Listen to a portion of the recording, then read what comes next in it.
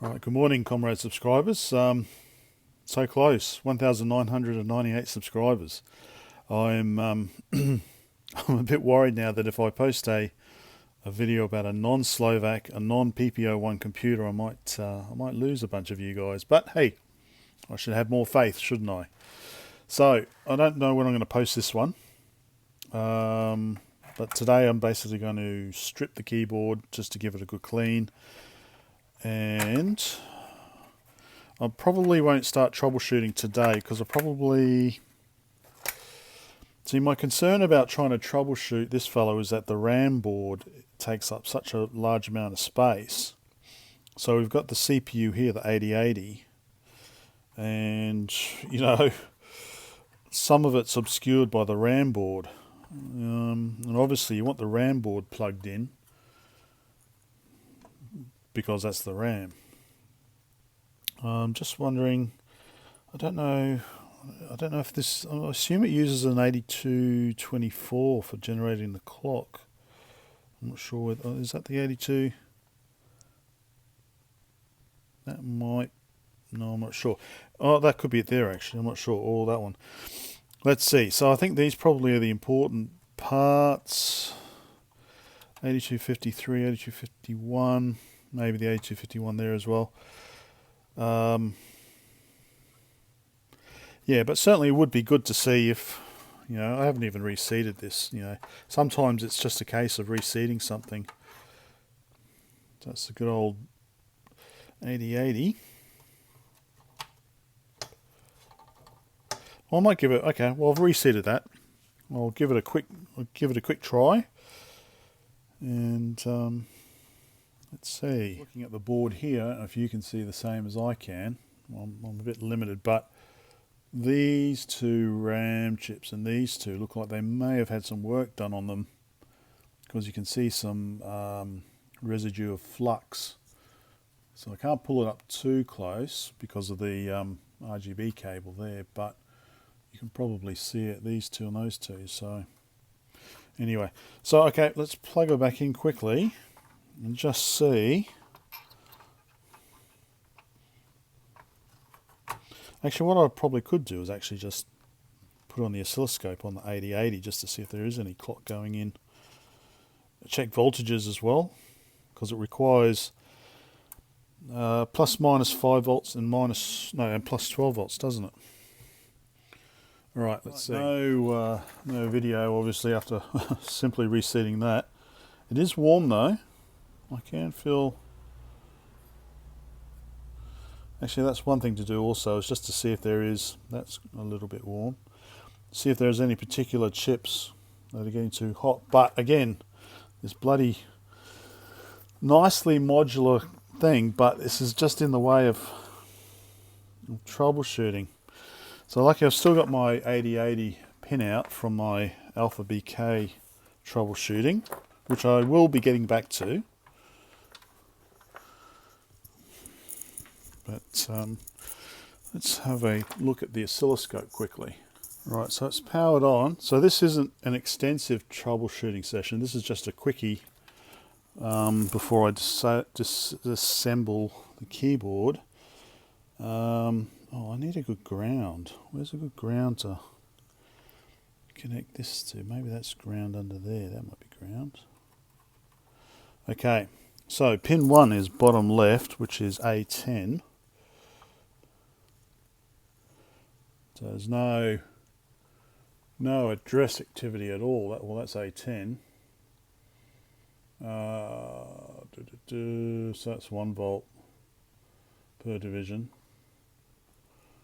That's not even TTL, is it? 1.5. Oh, actually, I can do measure, can't I? So it's not even 2 volts. Yeah, nothing happening there. So that's A10. Pin 2 is ground. Okay. Pin 3 is D4. Well, there's not going to be anything there, is there? Okay. Right. What about clock 2, pin 15? Can I get to it? 1, 2, 3, 4, 5, 6, 7, 8, 9, 10. So that's 10, which is D0. 10, 11, which is minus 5 volts apparently, which is completely off the scale. Alright, that's minus 5 volts, which does appear to be minus 5 volts. Reset, which is pin 12.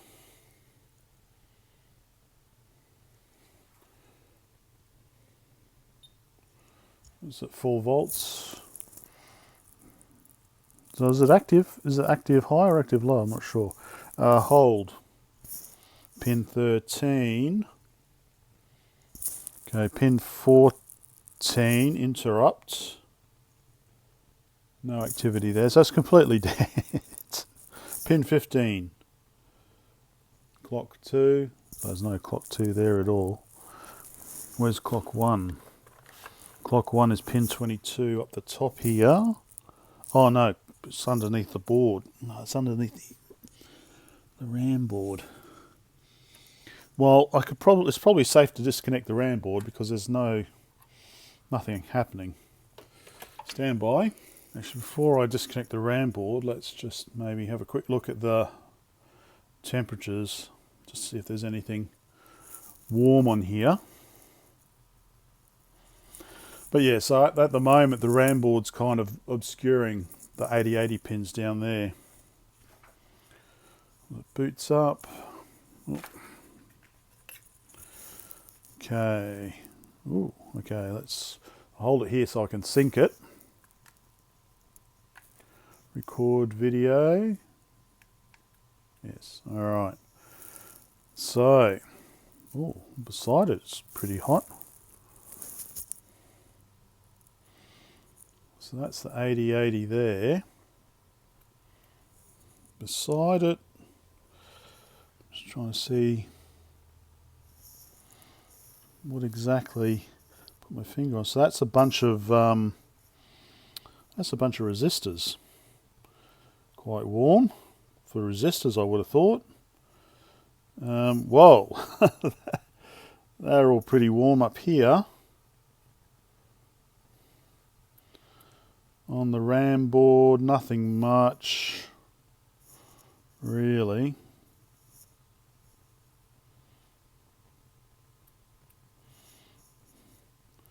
These in the corner here.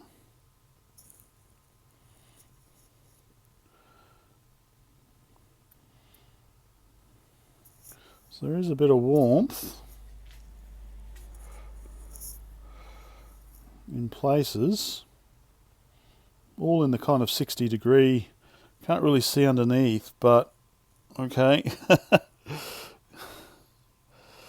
There's a lot of warmth up there as well, but yeah, these resistors here are very warm. Okay, looking over here, I thought there'd be too much activity, but yeah. Okay, down here, they're all relatively warm in the 50s.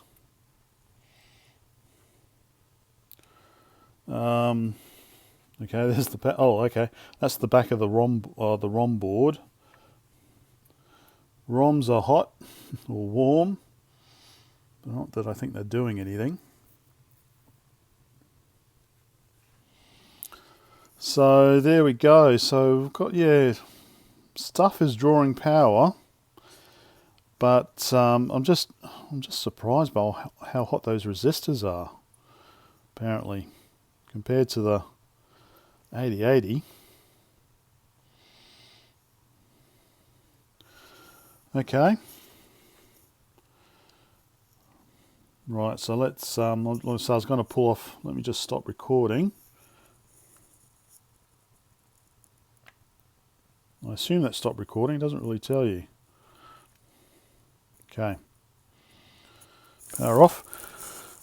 Right, let's take this RAM board off and just have a look at a couple more. But yeah, I'm assuming that, yeah, okay, there's no clock for a start. So the CPU's not doing anything. Yeah, I checked, there's absolutely no activity going into the 8080.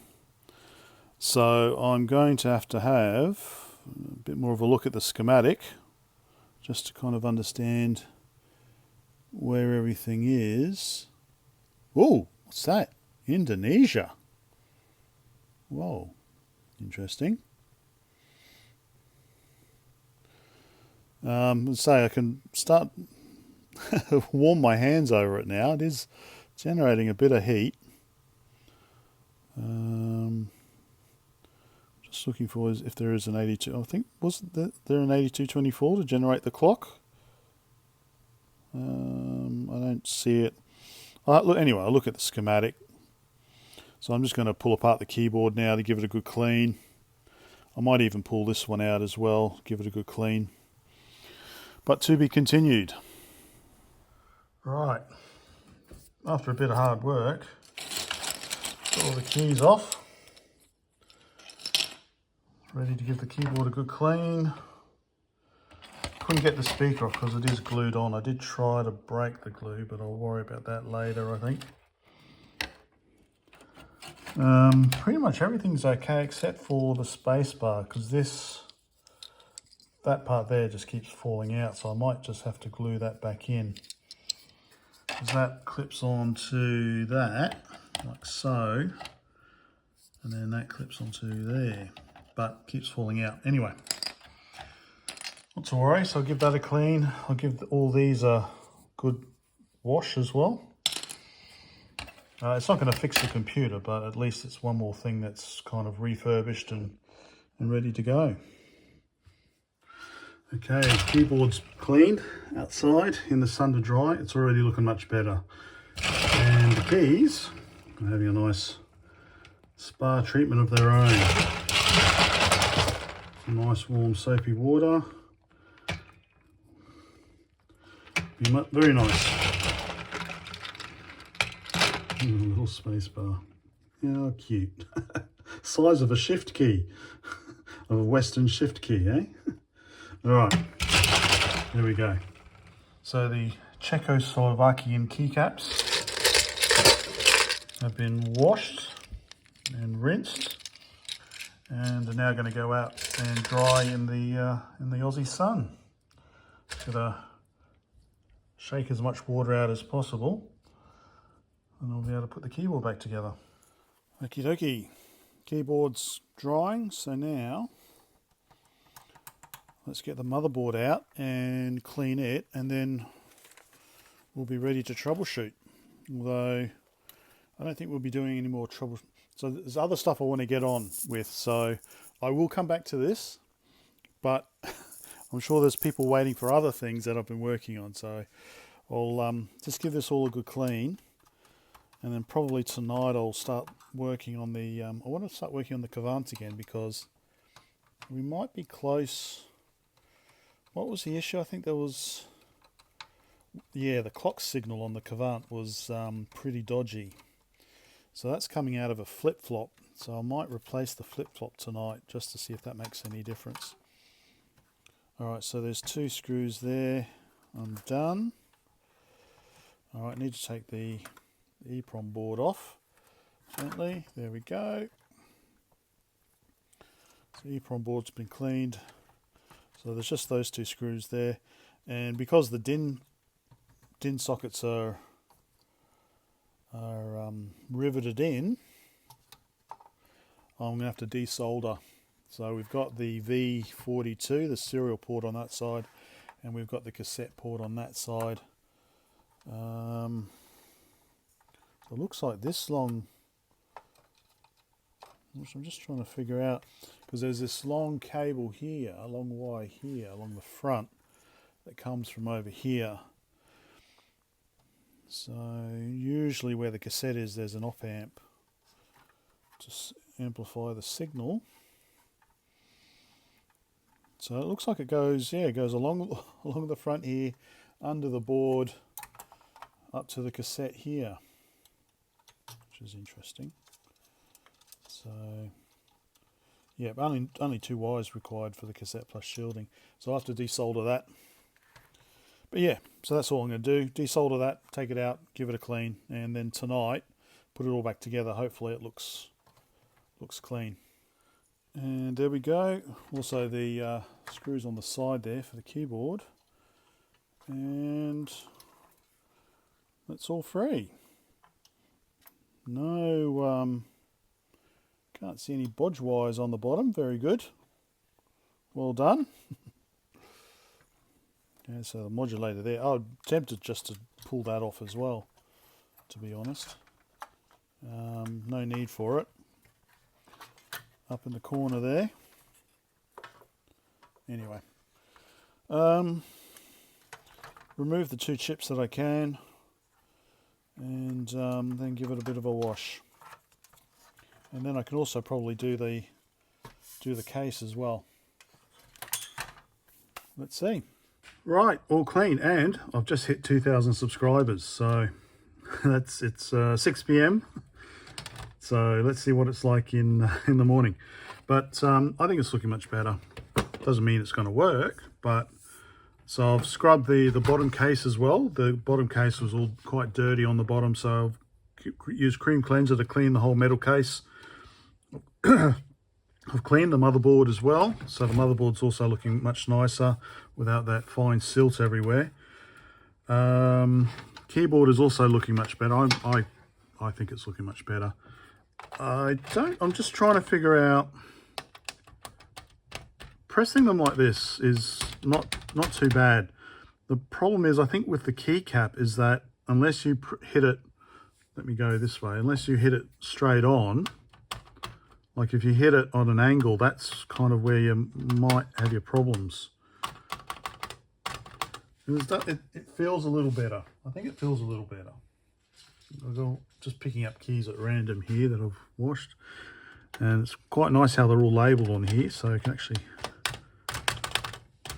Let me see, put a couple together and see how that feels. Right, so I just realised that I put these keys in the wrong place. These are numeric keys, obviously. These are the keys that should be there. So I was trying to get the 2 out, and it became stuck. It became stuck, unfortunately. So it's broken a little bit. See, I'll try to repair it, but it gives you a chance to have a look at what actually is inside the key switch. So that's what we've got inside. Let's see if I can yank that out.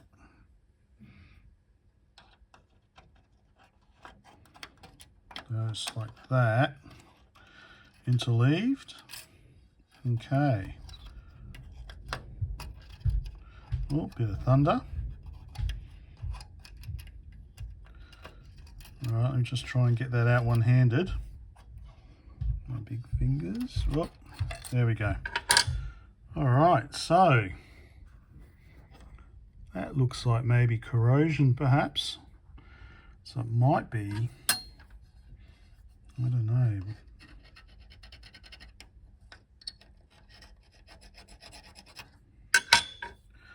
So it might be, if you want this keyboard to work properly, perhaps, I don't know, if give it a proper clean.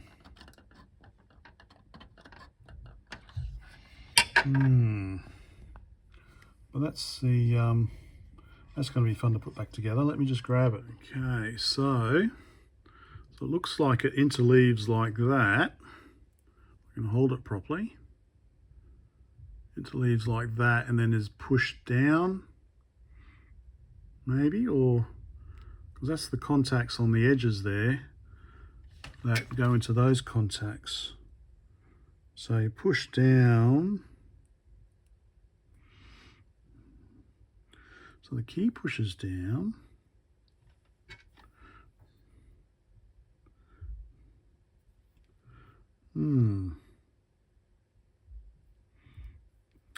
Okay. Well, that's basically it, if it makes sense. I'm going to have to fix that one. Well, I'm a bit concerned about these other ones now. So it looks like to get this mechanism out, looks like you just need to kind of do a little bit on the edge like that.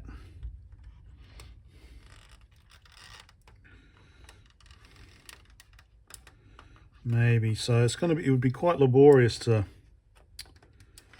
pull these out, I think, to give everything a proper clean. All right, we'll leave it there for tonight. But the main thing, I'm not going to worry about the keyboard for now, because I need to figure out why this board isn't working. So I think power supply in this board here, try and figure out why the why the CPU isn't running. But I need to look at the schematics. So might take me a little bit. What's that? Hang on. Not too keen on the way that resistor's installed. It's pretty close. Oh well. I don't think there's anything else. So these are the resistors that were getting quite hot. Right there, these two. So they're much larger. So obviously, you know, maybe half watt or something perhaps. So they're designed to get hot. So assume the power supply. Yeah, so yeah, that's where we are. Everything's a lot cleaner. I need to fix the key switch, or actually Jamie's Hack Shack has promised to have a look to see if he can whip up a replacement keyboard. So that would be interesting. No pressure or anything, Jamie. No pressure. I'm sure I can fix that. Actually, I'll just measure them quickly for you. All right, let's have a look at this. So if we look at this one, I think I've got it measured here. That is, I can't really see. You guys will probably see it better than me. Is that what, 12 mil? So 12 mil wide, and where's the best one to do it on? Ah, over here maybe, isolated one.